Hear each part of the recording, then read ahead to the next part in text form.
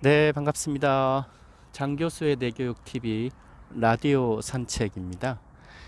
오늘 라디오 산책의 주제는 어, 제가 외부의 기업이나 뭐 공공기관, 특히 기업의 그 직장인 분들한테 굉장히 질문을 많이 받는 내용이고, 예전에 그 환경 비즈니스라고 그 매거진의 원고 요청을 받았던 주제입니다.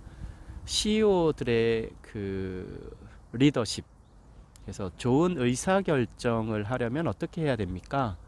이 주제로 그 몇 년 전이었던 것 같은데요. CEO의 뇌과학 리더십이라는 그 테마에 한번 원고를 기고한 적이 있습니다.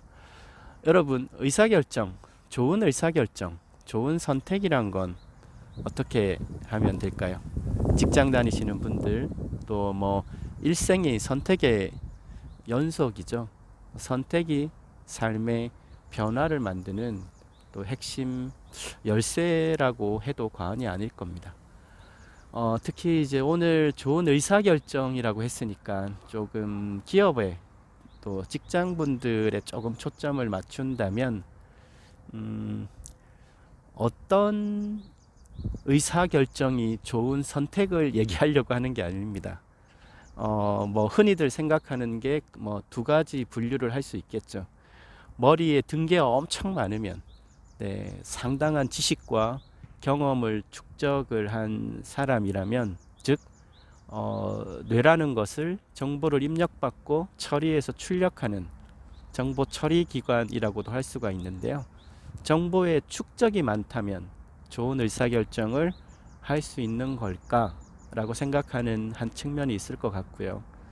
또 굉장히 그 직관, 감성이 그 특히 직관이 중요하다 이렇게 얘기하시는 분이 있을 것 같습니다. 아니면 이제 이런 이성과 감성이 섞여야 더 잘 될 수 있다 이렇게 얘기할 수도 있겠죠.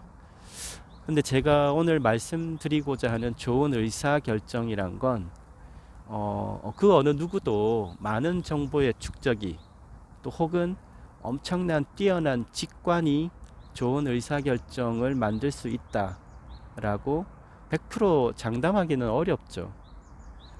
그래서 하지만 두뇌의 원리상 분명한 건 있습니다. 좋은 뇌 상태가 좋은 의사결정을 만든다입니다. 그렇지 않을까요? 좋은 뇌 상태가 좋은 의사결정을 만든다이죠. 어떤 것이 좋은 의사결정일런지는 모르지만 최소한 필요한 그 공통 분모는 그 사람이 어떠한 의사결정을 할 때 평소보다 조금 최소한 평소 이상의 좋은 뇌 상태라야 된다는 겁니다. 즉 우리가 살아가면서 중요한 의사결정일수록 나의 뇌 상태를 체크해야 된다는 의미죠. 자, 그러면 좋은 뇌 상태는 어떻게 만드는 걸까요? 인간의 두뇌 발달의 단계를 떠올려 보면 아시죠? 태어나서 신체적 발달, 신체적 균형을 만들죠. 그리고 나서 정서적 발달, 정서적 조절 능력을 키우죠. 그 다음에 인지 학습의 발달, 지구상 최고의 학습뇌를 가진 인간에게 인지 학습의 발달이 이루어지죠. 그래서 약 15년의 성인기 과정을 거치면 신체, 정서, 인지의 균형과 통합적 뇌를 갖고 이제 성인기의 뇌를 갖고 살아가고 있는 거죠, 지금은. 그래서 뇌 구조적 측면에서 보면 가장 안쪽이 브레인스템, 이 생명 중추 기제가 들어가 있고요.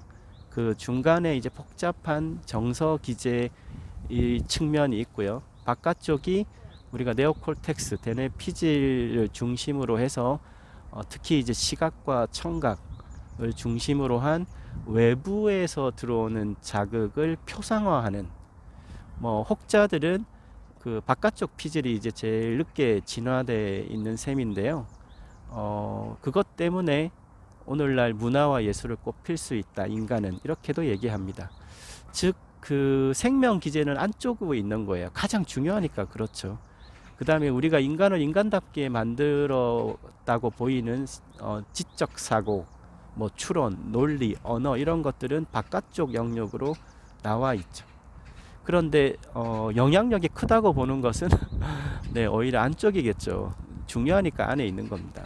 바깥쪽에 일부 손상이 오더라도 생명과 직접적인 그것들은 좀 더 약하죠, 상대적으로. 여하튼 중요한 건 좋은 뇌 상태를 만든다는 측면에서는 평상시에 자기의 뇌 상태를 떠올려 보시면 압니다. 오늘 여러분의 몸 상태가 좋으십니까? 네, 오늘 몸 상태가 좋다면 기분이 좋죠. 기분이 좋다는 건 모션, 인체의 60조 개의 세포의 움직임들이 균형과 조화를 이루면 이 모션, 움직임이 밖으로 나가는 이 감정의 출렁거림이 덜하죠. 근데 뭐 누가 이렇게 몸 상태가 좋을 때 누가 툭툭 건드리거나 언어적인 어떤 좀 자극을 가도 대수롭지 않게 받아낼 수 있습니다. 왜냐하면 네, 신체 균형이 좋은 상태니까요. 즉 좋은 뇌 상태를 만드는 첫 번째는 신체 균형을 좋은 상태로 만들어야 된다는 겁니다. 오늘 내 몸 상태가 안 좋으면 외부에 뭐 지하철을 탔는데 막 사람들이 비좁고 부딪히는 거 그만으로도 짜증이 나죠. 감정이 출렁거린다는 겁니다. 그래서 모션의 네, 균형을 맞춰야 이 모션, 감정의 출렁거림을 네, 조절할 수 있습니다. 그래서 첫 번째는 신체 균형을 맞추는 거겠죠.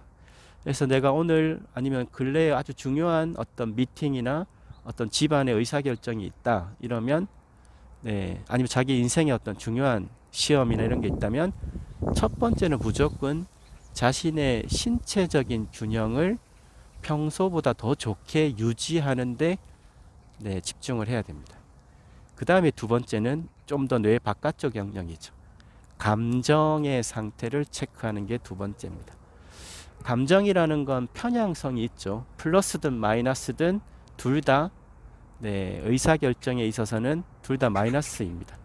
아주 그 좋은 상태, 아주 안 좋은 상태, 활성화, 액티베이션, 플러스 쪽으로 가든 마이너스 위축이 되든 네, 어느 쪽보다는 균형을 갖는 게 중요하죠.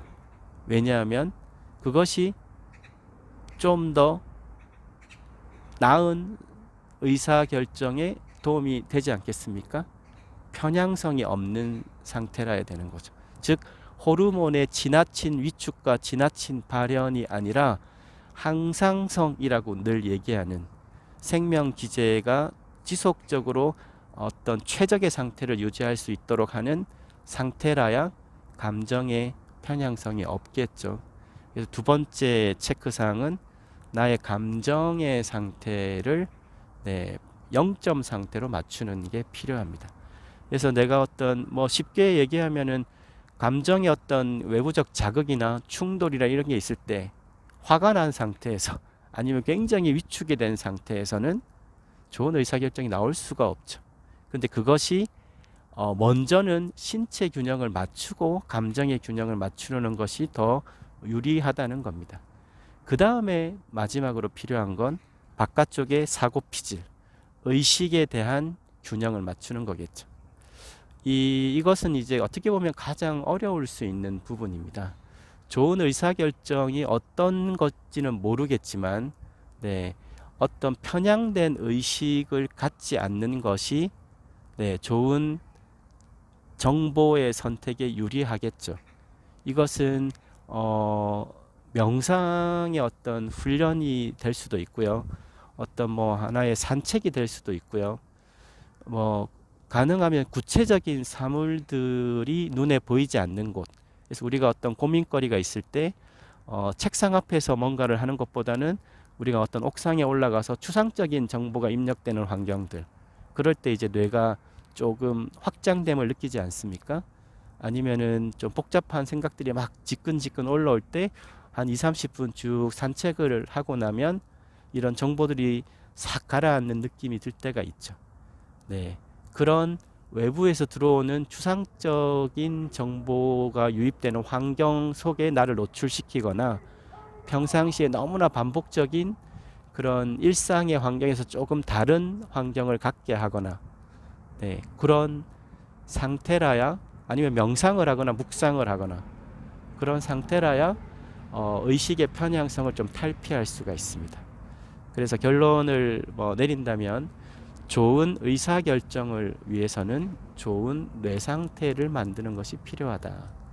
네, 간단한 원리지만 두뇌의 좀 정보 처리라는 관점에서는 실생활에 얼마든지 적용해 볼 수 있는 것이라고 생각을 합니다. 중요한 결정일수록 자신의 뇌 상태를 잘 보고 결정하는 것이 시간이 지난 후에 그 의사 결정이